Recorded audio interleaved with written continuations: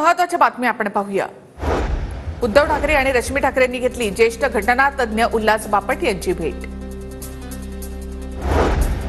पुण्यामध्ये उद्या विधानसभा निवडणुकीच्या पार्श्वभूमीवर ठाकरे गटाचा शिवसंकल्प मेळावा। उद्धव ठाकरेंच्या उपस्थितीमध्ये पुण्यामध्ये शिवसंकल्प मेळावा। मनसे अध्यक्ष राज ठाकरे उद्या मुख्यमंत्री एकनाथ शिंदेंची भेट घेणार, राज्यातील विविध प्रश्नांवर चर्चा करणार। राज ठाकरे यांचा 10 आणि 11 ऑगस्टला बीड दौरा। विधानसभा निवडणुकांच्या पार्श्वभूमीवर राज ठाकरे बीडमधील 6 विधानसभा मतदारसंघांचा आढावा घेणार। नागपूरमध्ये पार पडली जिल्हा नियोजन समितीची बैठक। यावेळी उपमुख्यमंत्री देवेंद्र फडणवीस आणि अनिल देशमुख एकाच व्यासपीठावर। चंद्रशेखर बावनकुळे सुद्धा बैठकीला उपस्थित। शरद पवारांची आधीपासूनच पक्ष फोडणं, लोकांना पाडणं अशी रणनीती। शरद पवार यांच्याकडूनच अजितदादा फोडाफोडीचं राजकारण शिकले, मंत्री धर्मराव बाबा आत्राम यांचं वक्तव्य।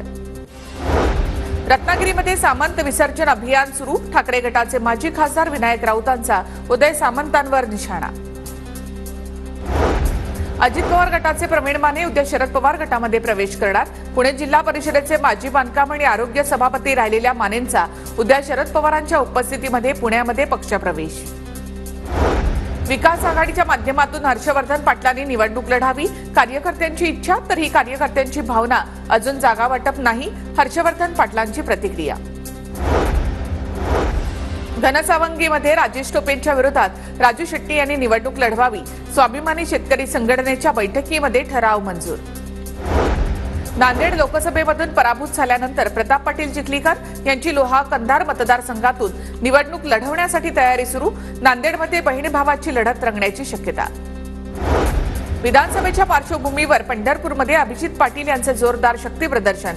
वाढदिवसाच्या दिवशी विधानभवनाची प्रतिकृती असलेला केक कापत दिला। विधानसभेच्या मैदानामध्ये उतरण्याचे संकेत। पुण्याच्या उर्से टोल नाक्यावर काँग्रेस प्रदेशाध्यक्ष नाना पटोले यांचे भावी मुख्यमंत्री असल्याचे बॅनर झळकले।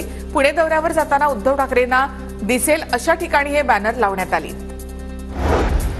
मनसे पुणे शहरातील 8ही विधानसभा मतदारसंघ लढवणार। राज ठाकरेंच्या मनसे पदाधिकाऱ्यांना तशा सूचना।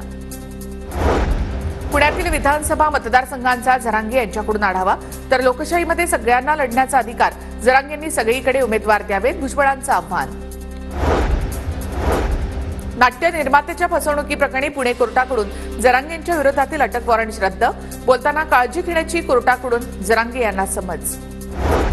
मनोज जरांगे पाटलांच्या भूमिकेला आमचा पाठिंबा। लोकप्रतिनिधींना आम्ही देखील निवडणुकीमध्ये पाडू शकतो। ओबीसी समाजाचे नेते लक्ष्मण हाके यांचं मोठं वक्तव्य। मुख्यमंत्री शिंदेंच्या उपस्थितीमध्ये आज सिल्लोडमध्ये लाडकी बहीण योजनेचा शुभारंभ। मुख्यमंत्री शिंदेंचं सिल्लोडमध्ये जंगी स्वागत।